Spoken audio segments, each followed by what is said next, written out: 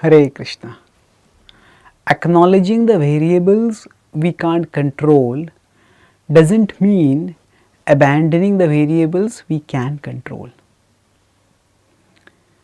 When we are faced with difficulties and we are told to tolerate, tolerance may seem to us like a revolting idea. No, you mean there are problems and I am just supposed to do nothing about them, just be passive about them. How is that possible? Actually, tolerance is not about mere passivity. It is actually intellectual agility. That we have to recognize what are the variables that are in our control and what are the variables that are not in our control.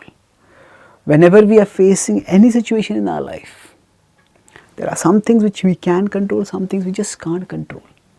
And a lot of our mental energy goes when we focus on the things that are not in our control. So by shifting that focus, we can actually empower ourselves.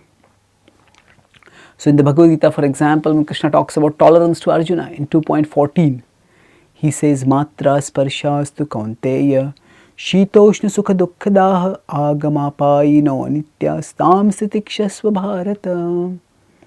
So he says, Matra sparshastu kaunteya, through the contact of the senses with the sense objects, shitoshna sukha dukkhadaha, that there is pleasure and pain that comes, heat and cold that is experienced. Agamapayino anityas, that this is temporary, it comes, it goes, it's not going to last. Tam sitikshasva bharata, tolerate it.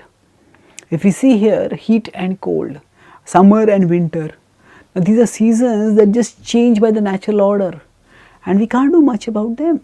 Once they change, they change. So by acknowledging that this is a variable we can't change.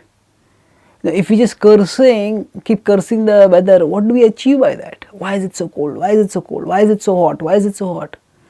We don't achieve anything at all. We just simply waste our time and energy. But if we acknowledge, okay, it's going to be very hot this summer, what then? We will plan, okay, maybe I need to get a better fan, a better air conditioner, maybe I have to do this adjustment, that adjustment. That is something which you can practically do. So when we are talking about tolerance, as the Bhagavad Gita talks about it, then it is not so much about just abandoning everything in the name of tolerance. It is letting go of the things which are anyway not in our control. Mentally obsessing over the things that are not in our control simply mentally disempowers us. And tolerance empowers us to let go of those things. Yes, this doesn't matter. This is just not changeable, so I won't let it matter to me.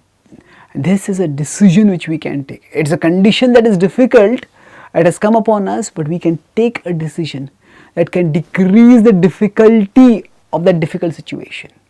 The more we dwell on that invariable situation and resent why is it invariable, why can't we change it, we disempower ourselves. But when we focus on that which is variable, then we empower ourselves.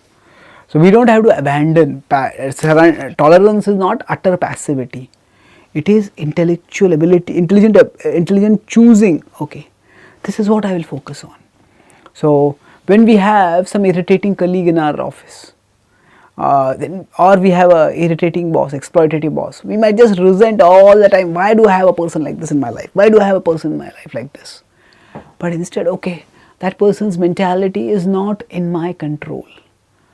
But what is in my control is, okay, I can find out what are the situations that trigger this person, that anger this person, and I can try to avoid letting myself be caught in those situations. I can try to avoid those behaviors that may trigger that person, and this may actually help us to grow in our life.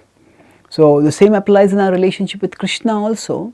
When we are practicing bhakti, we understand that the things that are not in our control are actually in Krishna's control, and in a mood of service to him, we can entrust that which is not in our control to his control, and in the mood of service to him, we can wholeheartedly act on those activities that are in our control.